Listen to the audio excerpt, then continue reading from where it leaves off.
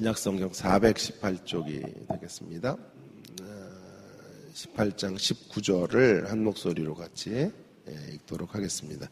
시작. 티끌을 자기 머리에 뿌리고 외쳐 이르되 화 있도다 화 있도다 이 큰 성이여 바다에서 배 부리는 모든 자들이 너희 보배로운 상품으로 치부하였더니 한 시간에 망하였도다. 아멘. 19절을 제가 읽었네요.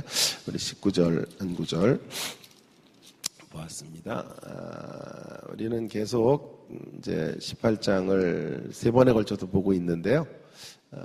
여기 18장의 구조 A, B, C 형태로 이제 바라보고 있습니다.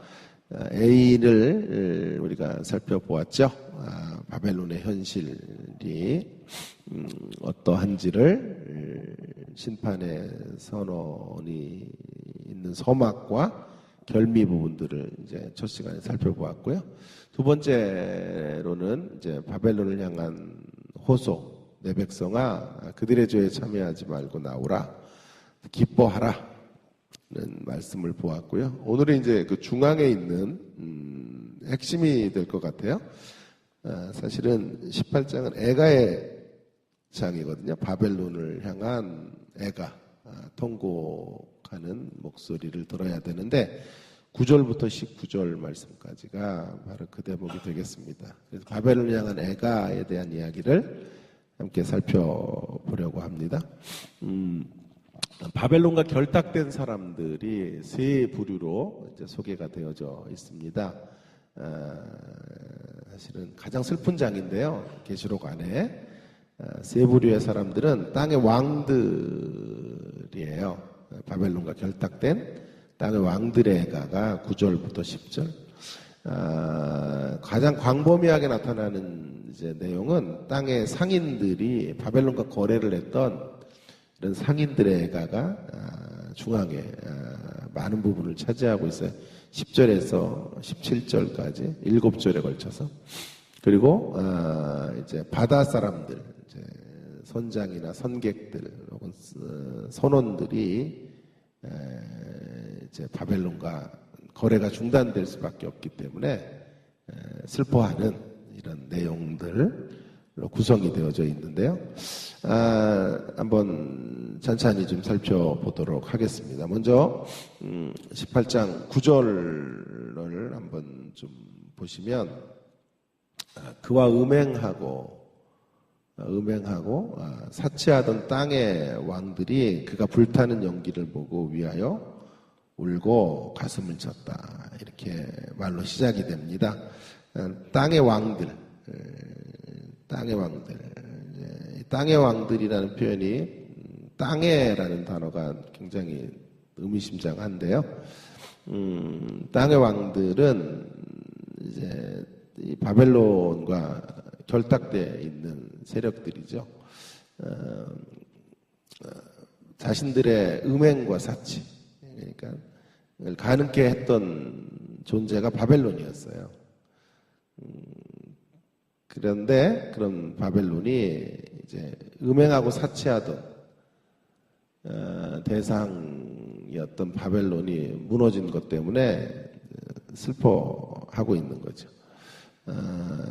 사실은 바벨론의 멸망을 이제 안타까워하는 게 아니고요. 바벨론을 동정하는 게 아니고 바벨론의 멸망 때문에 자신들이 추구해 가던 사치와 음행을 계속해 갈 수 없었던 것이 이들의 슬픔이 될 것 같아요. 자, 10절에 보면 그의 고통을 무서워 멀리 서서 이르되 화이토다 화이토다 큰 성 견고한 성 바벨론이여 한 시간에 내 심판이 이르렀다 하리로다.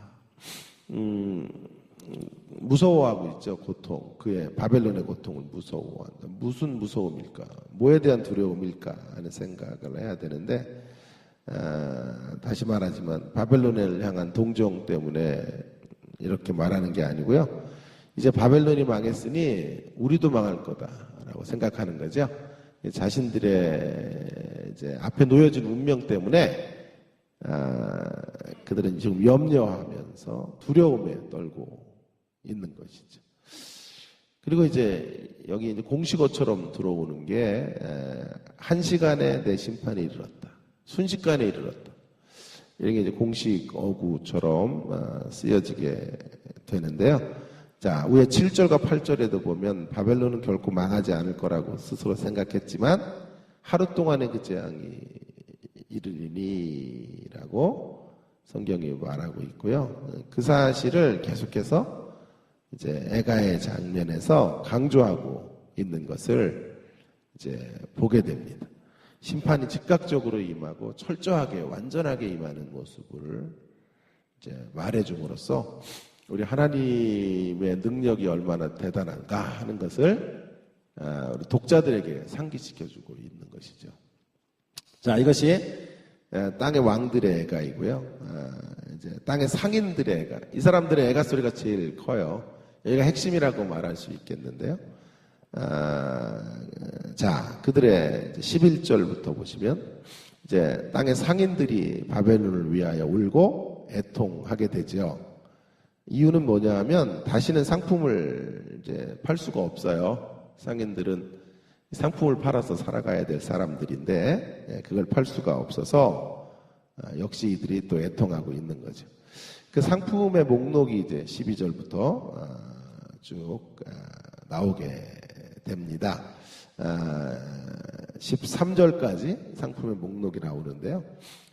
그 상품의 목록을 제가 여러분들 오늘 표로 좀 가지고 왔습니다. 그 목록을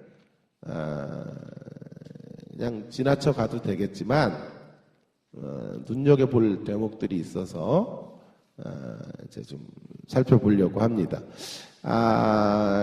두 장이죠. 두 장인데 그 목록은 두 장인데 그 하나씩 가지시면 되는데, 자, 원산지를 중심으로 이제 살펴볼 수도 있고요. 또 유형별로 7가지 유형으로 좀 묶어서 28가지의 거래 품목들을 이제 말할 수가 있어요. 자, 그부터 일일이 다 읽을 수가 없고요. 금은 스페인에서, 은은 보석은 인도에서, 뭐 진주는 홍해 같은 데서 이렇게 가져오고, 포도주는 스페인과 시실리 같은 곳에서, 감람류는 이탈리아에서, 고운 밀가루는 뭐 이집트, 각종 이제 붉은 옷감들 이런 것들도 소아시아에서 가지고 오고요. 양과 말과 수레는 이제 4바퀴로 가는 자가용 같은 이런 고급 수레를 이제 어디선지는 잘 확정할 수 없지만 가지고 오고, 노예들과 인간의 영혼들을 또 품목으로 제시하고 있어요. 여기서 확인하게 되는 것은 모두가 이 모든 것이 다 수입품이에요. 오늘날로 말하면 고급 명품들을 바벨론이 이제 가지고 있고 그것으로 살아가고 있는 존재. 그러니까 얼마나 사치가 만연되어져 있는가 하는 것을 이제 확인할 수가 있죠. 근데 여기 중요한 것은 이게 28가지라는 것도 굉장한 그 상징성인데요. 이렇게 말할 수 있겠죠. 4, 7이 28이잖아요. 그러니까 4와 7의 이제 곱하기인데요. 4는 동서남북, 그러니까 땅 전체. 그 당시에 이제 로마가 세계를 제패했으니까요. 땅 전부를 이제 해서 이런 물품들을 얻고 고위 귀족들이 사실은 사용하기 위해서 이런 물품들을 가지고 있었던 것을 수입을 해오고 그것들을 향유하고 있었던 것을 말해줘요.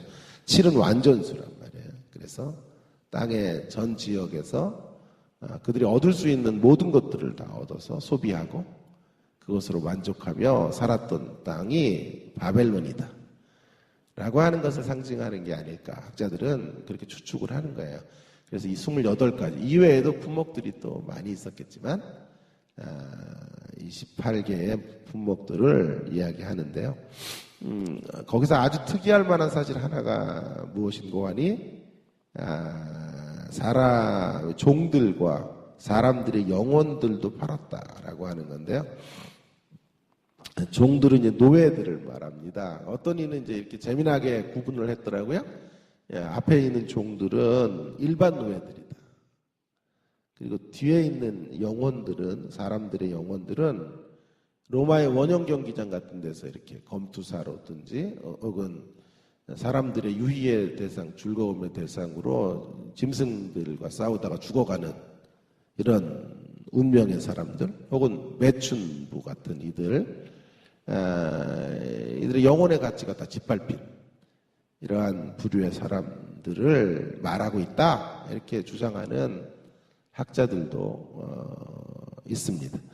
자, 어쨌든 인간의 인격이 희생되어지고 사람마저도 노예로 팔리며 그들의 절대적 하나님 형상의 가치들이 무너지고 있는 이런 비인간화된 어떤 자본주의의 끝장왕과 같은 이런 삶의 가치들을 바벨론이 구현해 가고 있었다라고 하는 것이죠. 유형별로 본다면 이제 7가지 카테고리로 나눌 수 있다고 봐요. 귀금속류가 금은, 보석, 진주이고, 의류가 세마포, 자주옥감, 비단, 붉은 옷감, 실내 장식품들이 각종 상아 그릇들, 나무들, 구리, 철, 대리석, 각종 그릇들이 되고, 향품들, 계피와 향료와 향유와 유황들, 식료품으로는 포도주, 감람류, 고운 밀가루, 밀 같은 것들이죠. 가축으로는 소양말, 수레, 사람은 종들과 사람의 영혼들, 이런 풍록들을 가지고 있는 땅. 그러니까 얼마나 이렇게 부를 크게 소유했고 그 부로 인해서 부에 탐닉되어져 있었는가 하는 것을 알게 돼요. 자, 14절에 보면요, 그런 이야기들의 이제 부분에서 바벨론아, 내 영혼이 탐하던 과일이 내게서 떠났으며 맛있는 것들과 빛난 것들이 다 없어졌으니 사람들이 결코 이것을 다시 보지 못하리라. 자, 여기 이제 내 영혼을 탐하던 과일이라는 표현도 굉장히 의미 있는 표현이죠. 영혼까지 이제 이 물질의 가치가 영혼을 좀먹고 있고 영혼을 썩어 들어가게 해요. 참 멋있는 표현 같아요. 내 영혼을 탐하던 과일. 영혼까지 탐욕으로 물들어가고 있었던 도성의 모습. 그 도성 안에 있는 사람들의 모습들을 이제 말해주고 있죠. 어쨌든 이러한 바벨론의 멸망 때문에 사람들은 통곡하고 아파하고 있죠. 여기 또 공식어처럼 또 달라붙는 것이 18절에 보면 이런 온갖 것들로 너희가 꾸민 것이다. 꾸민 자들이고 17절에 보면 그러한 부가 한 시간에 망하였도다. 아까 일순간에 한 시간에 이게 공식어구로 계속해서 자기들 안 망할 거라 그러니까 하나님이 그래 니들이 안 망해? 내가 일순간에 너희들을 멸망시킬 거야 하면서 이제 애가의 장면에서 그들의 애가를 부르는 사람들의 입을 통해서 일순간에 망했다라고 하는 것들을 입증시켜 가고 있는 것을 보게 돼요. 마지막 이제 세 번째 이제 바다 사람들의 애가가 18절 중반서부터 이제 소개가 되어져 있는데요. 이 바다 사람들 17절 잘못됐어요. 17절 B부터인데요. 잘못됐네요.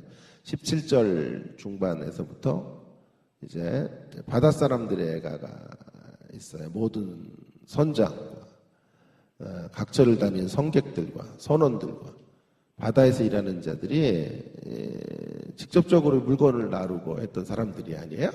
이런 사람들이 역시 슬퍼하고 애가를 부르고 있는 거죠. 그들의 슬퍼함도 역시 그들의 경제적 손실 때문이지 바벨론에 대한 우정 때문은 아니고 바벨론을 향한 예의 때문은 아닌 것을 알게 됩니다. 역시 여기 안에도 19절에 보시면 간단하죠. 19절에 그들이 한순간에 망하였다. 한순간에 망했다라고 하는 것을 강조하고 있죠. 그러니까 세 이제 그룹의 애가 소리에는 마지막은 모두 한순간에 일시에 멸망했다라고 하는 것을 후렴구로 이렇게 달고 있는 것을 보게 됩니다. 이것이 이제 오늘 본문이 말하고 있는 애가의 모습의 전모라고 할 수가 있겠습니다. 가장 슬픈 장인데요. 19장은 이제 다음 주에 살펴보겠지만 가장 밝은 장이에요. 대조를 이루면서 20절에 이제 18장 20절에 내 백성아 기뻐하라고 하면서 19장에 할렐루야 코러스 음악이 깔리고 대조를 이루면서 가장 기쁜. 그러니까 왜냐하면 거기서 결혼식이 열려요. 이 바벨론 안에는 다시는 결혼식이 없어졌는데 이제 진정한 결혼식이 우리가 신부가 되어 주님과 이제 결혼 예식이 벌어지는 이런 장면들 다음 주에 살펴보겠습니다. 어쨌든 그런 할렐루야 코러스 음악이 깔리는 대조를 이루면서 18장의 분위기가 더욱더욱 어두워지는 것이죠. 자, 이것이 바벨론과 결탁한 사람들의 슬픈 애가라고 할 수 있겠습니다. 이제 우리를 향한 교훈을 좀 남은 시간 동안 좀 생각을 해보려고 하는데요. 바벨론의 세력과 결탁한 사람들의 애가가 주는 도전이 무엇일까? 그 도전이 어떤 것일까? 우리를 향한 교훈이 어떤 것일까? 한마디로 말한다면 바벨론의 세력과 결별한 사람들로 살아가라. 결탁하지 말고 결별해라. 이런 이 애가 소리가 우리에게 들려주는 교훈은 한마디로 그들과 결별한 자들로 절대 바벨론의 미련을 갖지 말라. 이런 늘 이 애가 소리가 쟁쟁하게 우리 귀에 들리도록 해라. 물론 여기서 말하는 결별이라고 하는 것은 바벨론에서 사는 것 자체를 이제 거절할 수는 없을 거예요. 지난번에 살핀 것처럼 바벨론의 죄에 참여하지 않는 결별, 바벨론의 가치에 동화되지 않는 그런 차원의 결별. 그들과 결탁하지 말고 결별해라. 그럼 어디에서부터 어디로 이제 나가는 삶을 요청하고 있는가 하는 것을 구체적으로 제가 4가지 바벨론의 멸망 속에 보여줬던 그들의 모습, 그들과 결탁됐던 사람들의 모습이라 바벨론의 모습 속에서 우리가 가야 될 길을 좀 반대국부로 찾아보도록 하겠어요. 자, 땅의 가치가 아닌 첫 번째 하늘의 가치를 구현하며 살아라. 9절에서 아까 우리가 시작했듯이 땅의 왕들이었고요. 11절에도 상인들이 그냥 상인들이 아니에요. 땅의 상인들이죠. 그죠? 발견하셨어요? 자, 2번에 걸쳐서 땅에 속한 자들이라고 이 애가를 이제 슬픈 노래를 부르는 사람들을 땅에 속했다라고 하는 것을 이제 강조함으로써 우리가 땅에 속할 수 없어야 되고 땅의 가치에 묶여 있지 말아야 된다. 비록 땅을 벗타고 살지만 우리가 땅 속에 살아가기 좀 하늘을 벗타고 살아야 된다. 땅에서 살아갈 수밖에 없지만 이제 하늘의 가치를 구현하고 살아가야 한다라고 하는 것을 암시하고 있는 게 아닐까요? 땅에 속한 자가 아니라 하늘에 속한 주의 백성으로 살아야 할 것을 말해주고 있어요. 니고데모 이야기가 이제 이런 이야기를 또 말해주고 있는 건데요. 니고데모는 괜찮은 사람인데요. 한번 제가 니고데모 이야기를 하겠습니다만은 교양도 괜찮고 유대인의 관원으로 품위도 있고 돈도 많은 것 같아요. 직업도 좋아요. 지금으로 말하면 뭐 아주 성공한 사람인데 그리고 매너가 얼마나 좋은지 선한 선생님이요. 이런 일을 아무나 할 수 없습니다. 당신은 정말 메시아입니다. 예의도 갖출 줄 아는 사람인데 주님은 그에게 이렇게 말하거든요. 다시 태어나야 된다. 첫 번째 출생 갖고 안 된다. 땅에서 태어나는 것 갖고 안 되고 2번째 출생의 가치로 살아가야 된다라고 하는 것을 말해주고 있죠. 예수님이 이 땅에 오신 이유는 바로 이 2번째 출생의 가치로 사람을 판별하고 대하고 그 가치의 세상을 만들어내기 위해서 오신 거예요. 다시 태어나야 한다. 위로부터 태어나야 하고 두 번째 출생의 가치를 구현하는 교회와 신앙의 삶을 살아야 할 것을 말씀하고 있죠. 우리가 바로 이 걸음을 향해서 이 애가 소리를 들으며 다시 한번 결심해야 할 것입니다. 자, 두 번째로는 상품 인생이 아닌 제가 좋아하는 표현으로 작품 인생으로 인생의 삶을 향해서 가야 된다. 상품 인생의 특징은 큼의 가치거든요. 큼의 가치. 바벨론에 대한 수식어가 계속해서 큰 견고한 성이 어찌 망하느냐, 한순간에 어찌 이렇게 큰 성이 무너졌느냐 하는 것이죠. 큰 것만을 추구해가는 삶은 한마디로 상품적 가치거든요. 상품 인생이라고 말할 수 있어요. 이런 세상은 어떻게 이끌려갈까요? 이런 세상은 경쟁 이데올로기로 흘러가는 세상이 되고 말 거예요. 어떻게 하든지 남 위에 올라서는 가치들밖에 없는 곳. 1등에게만 박수갈채를 보내는 것이 이제 바벨론의 가치예요. 예수님이 이 땅에 오신 이유는 바로 이런 이데올로기, 이런 성공 이데올로기를 이제 넘어서기 위해 그런 장벽들을 무너뜨리기 위해 오신 거죠. 그런 모습이 가장 잘 구현되어지는 본문이 요한복음 5장이에요. 베데스다 목가에 38년 된 병자가 있죠. 많이 오해하는 본문인데요. 베데스다가 뭐 하나님의 집이니 해가지고 굉장히 긍정적으로 생각을 하는 장소인데 전혀 그렇지 않고요. 세상의 신화를 그대로 이렇게 신화가 배어있는 이야기예요. 지난 시간에 제가 이런 말씀을 드렸어요. 성경은 세상의 문화나 신화가 배어져 있어요. 그러나 그걸 이제 기독교적으로 재해석하고 기독교적인 메시지로 승화시켜 가는데요.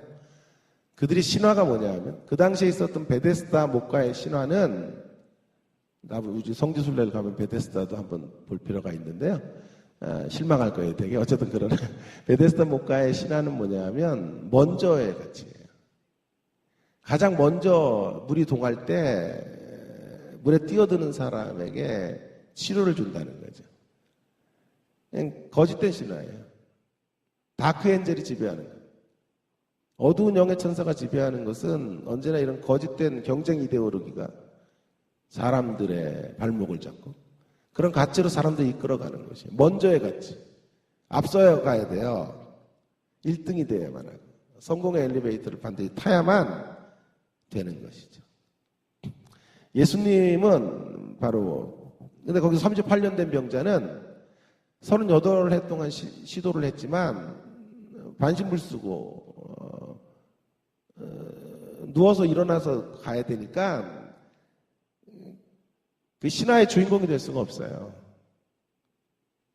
훨씬 더 빨리 뛰어갈 수 있는 사람들이 늘 앞에 있었기 때문에 38해 동안 그 자리에 그대로 앉아있거나 치료를 기다리고 있는 사람이에요. 그러니까 이 사람은 고침받을 확률이 없다는 뜻이죠.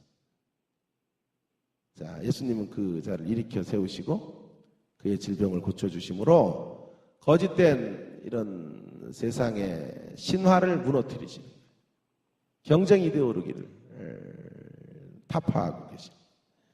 예수님이 오신 목적이 바로 이런 목적으로 오셨다. 그래서 그 신화를 이 거짓된 이데올로기로 가득 찼던 베데스다 목가의 신화를 비신화화하는 거예요. 신화로서 붙잡고 있었던 것들이 신화가 되지 못하도록 신화일 수 없다. 그래서 비신화화 작업을 하시는 분으로 등장하는 거죠. 그런 거짓된 신화로부터 인생을 진정한 해방의 자리로 이끄시기 위하여 주님은 이 땅에 오신 것이다. 라고 하는 것을 베데스다 목가의 사건은 말해주고 있죠. 이것도 한번 제가 전면을 좀 설교로서 한번 여러분들과 함께 나눌 시간이 있을 거예요. 그럼 우리 어디로 가야 하는가? 그럼 우리 어디로 가야 될까요?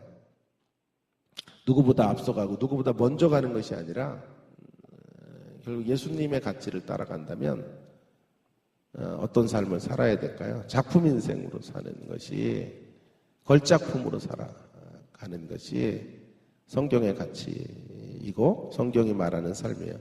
작품 인생이라고 하는 건 상품 인생과 대변되어지는 자신의 맛과 멋으로 살아가는 거거든요. 자신의 맛, 자신의 멋을 드러내며 피어오르는 인생이 되는 것이죠. 그래서 우리가 가야 될 길이에요. 저는 이것을 작품 인생이라고 말하고. 사실 이제 제가 딸에게 제일 많이 해주고 싶은 말이 이 말인데요. 잘 안 돼요. 공부하라 이런 말을 더 많이 하지 이게 잘 안 되고, 양치해라 이런 말을 맨날 하고 뭐 이렇게 하지. 사실은 진짜 제 마음 안에는 날마다 하루에도 10번 이상 이런 말을 해주고 싶어요. 작품 인생으로 살아라. 누구처럼 되지 말고 누구처럼 될 필요 없어. 참 준하가 되면 돼.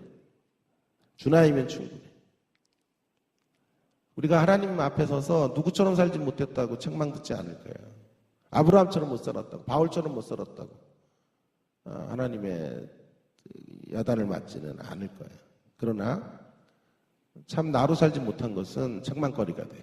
주님 안에서 주님을 발견한 자로 나의 가치를 피어오르게 해야 되거든요. 그런 삶을 살아가야 돼요. 여러분이 하고 싶은 일들을 하시면서 사십시오. 그게 소명이에요. 그게 부르심이에요. 프레드릭 부쿠너라는 사람은 제 생에 아마 제일 멋지게 소명을 이렇게 정의했더군요. 저는 이거보다 더 멋진 소명에 대한 정의를 본 적이 없는데, 부쿠너라는 사람의 소명에 대한 정의를 한번 들어보세요. 당신의 심연의 즐거움, 깊숙한 곳의 즐거움이 세상의 심연의 필요와 만나는 것이 소명의 자리예요.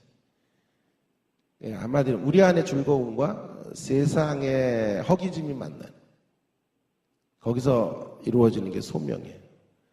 뒤에 것부터 말하면 소명은 세상의 필요를 채워주는 거거든요.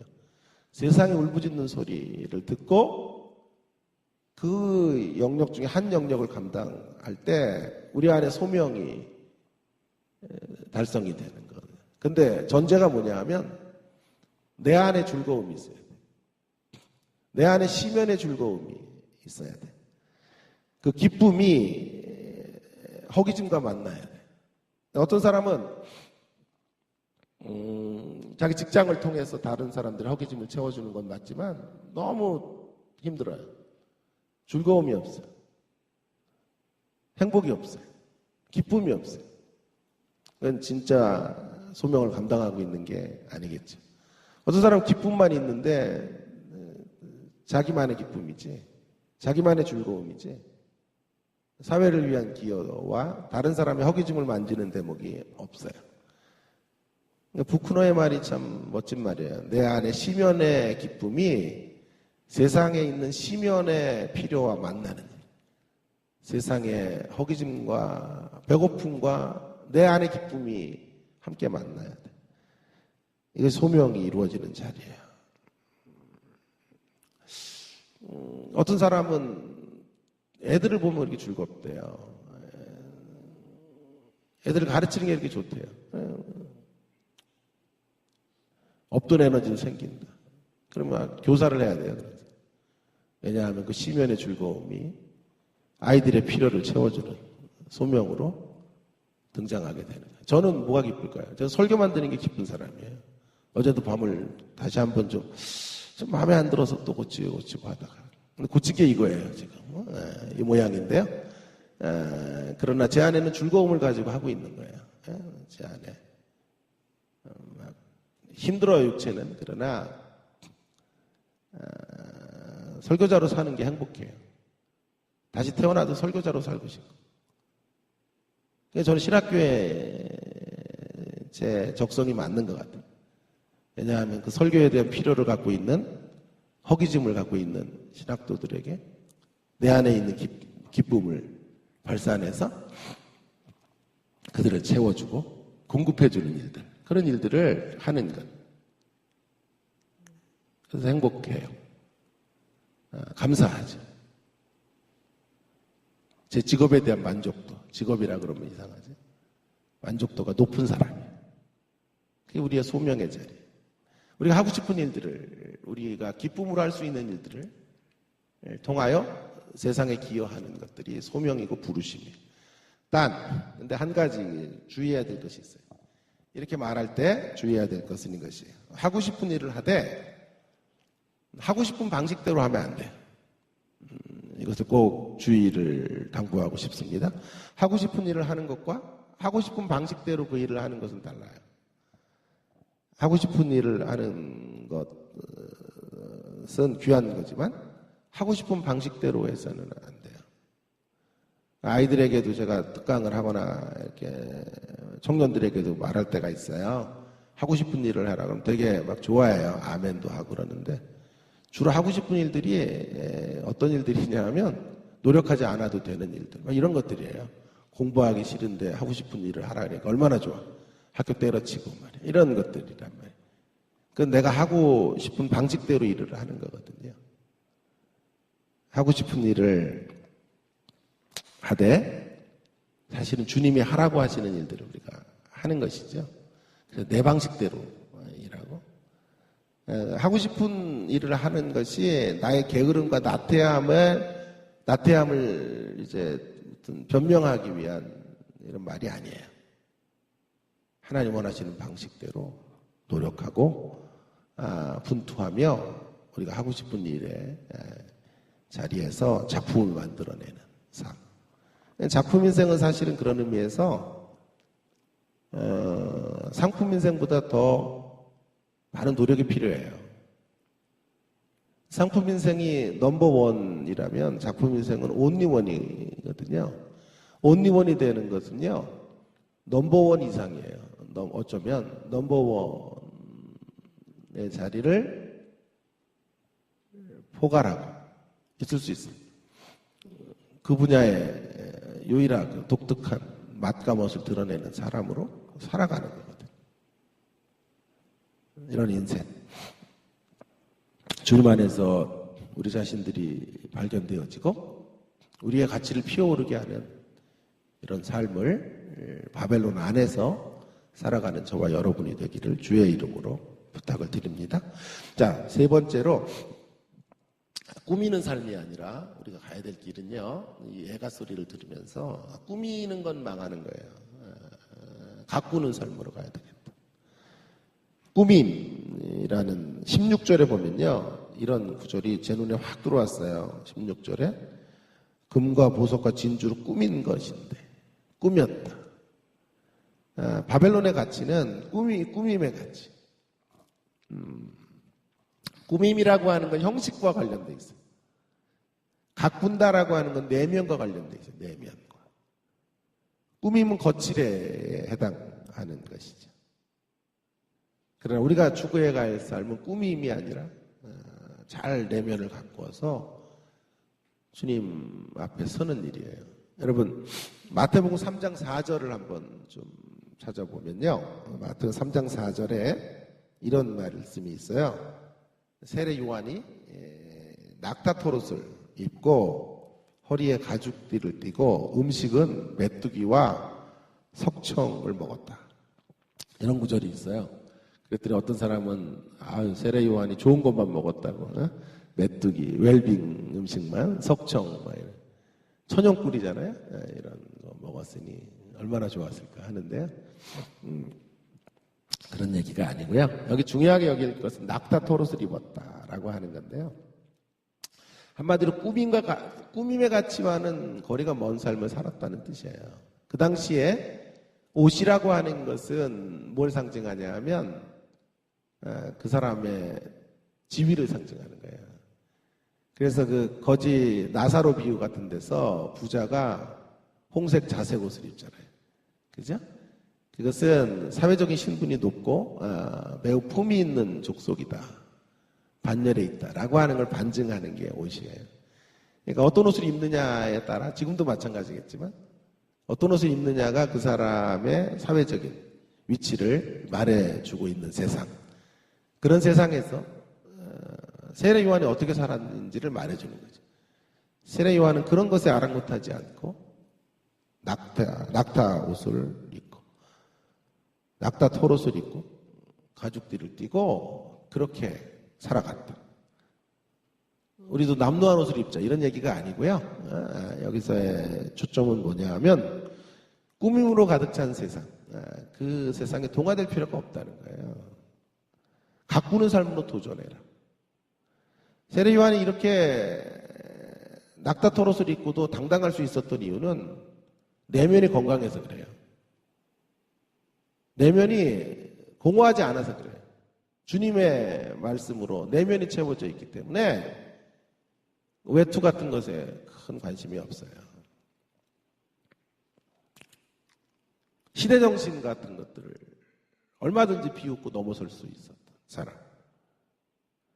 하나님과의 관계 안에서 깊었던 사람으로 살아갔다는 것을 반증하는 구절이 낙타 토롯이. 낙타 토롯을 이렇게 해설하는 사람이 없을 거예요. 네? 잘 오신 거예요. 잘 오셨는데. 여러분의 얼굴에는 기쁨이 하나도 없어. 이런 좋은 얘기를 해도. 관계 안에서 깊어지는 삶들을 살아가고 있고, 시대정신을 이제 거슬러 올라가는 인생의 길을 걸었던 사람. 그런 사람이 세례 요한이라는 것을 말해주는 거죠. 마지막 한 가지. 우리가 가야 될 길은 교만이 아닌 겸손의 삶이다. 라고 하는 것이죠.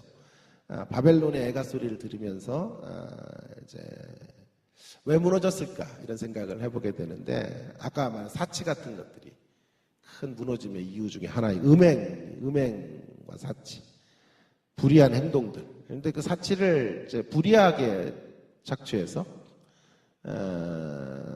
약자들을 짓밟고 하는 방식으로 권력과 힘의 방식으로 자기 것으로 만들어갔던 것이 문제가 될 거예요. 그러나 이런 죄악의 음행이나 사치나 불의나 이런 것들은 바벨론이 저지른 외적인 어떤 죄의 양태이고 열매들일 수 있어요. 뿌리는 아니에요. 뿌리는 뭐냐 하면 그 죄의 뿌리는 7절에 있습니다. 18장 7절에 보면 그 뿌리가 나오는데 이렇게 말하죠. 그가 얼마나 자기를 영화롭게 하였으며 사치하였든지 그만큼 고통과 애통함으로 갚아주라. 그 다음 구절이 이거예요. 그가 마음에 말하기를, 마음과 관련되어 있는데 마음으로 생각하기를 나는 여왕으로 앉은 자여 과부가 아니라 결단코 애통함을 당하지 아니하리라 하니, 이것이 바벨론의 죄의 뿌리예요. 결코 망하지 않을 것이다. 이 교만인 거예요. 교만이 뿌리예요. 그 교만을 뿌리로 해서 이제 음행도 나오고 사치도 나오고 강포도 나오고 포악한 삶도 나오는 거예요. 그 밑바닥에 있는 건 교만함인 거죠. 교만이 뭘까 하는 것을 잠깐 생각하려고 해요. 교만이란 그저 자랑하는 거예요.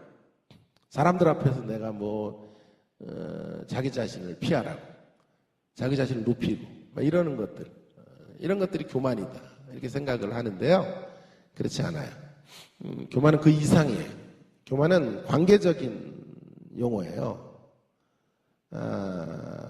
사람들과의 관계 이전에 하나님과의 관계에서 교만을 정의해야 돼요. 교만이란 이런 거죠. 한마디로 하나님 없이 내 인생을 살겠다는 게 교만이에요. 내 자원으로, 내 자본으로, 내 안에 있는 힘으로 이 땅을 살아가려는 태도가 교만함인 거예요. 사람들 앞에 내가 이런 거 잘합니다 이렇게 말하는 건 솔직함이라고 말해야 돼요. 사실 우리 시대에는. 물론 그것도 교만의 한 형태일 수 있겠지만 진정한 교만의 뿌리는 하나님 없이 하나님으로부터 독립선언을 하는. 그러니까 이 땅에 가장 교만한 자들은 주님 안 믿는 자들이 가장 교만한 거예요. 주님 대신에 자신의 능력을 힘삼고 살아가는 자들이 교만한. 교만은 반드시 망하는 것이고, 교만한 자는 그래서 하나님 나라에 들어갈 수가 없어요. 왜냐하면 하나님을 힘삼지 않기 때문에 그래요. 이런 교만을 버려요. 그래서 8절에 보면요. 그래? 안 무너져? 결단코 무너지지 않아? 그럼 내가 하루 만에 무너뜨리리라. 단박에 무너뜨리겠다. 그 말씀하시고 그 증거로 오늘 애가소리의 10절과 17절과 19절에 3번에 걸쳐서 바벨론의 멸망이 순식간에 이루어졌다는 것을, 훅 바벨론이 멸망했다는 것을 말해주고 있는 거예요. 그들의 교만의 입을 완전히 뭐라 그럴까요?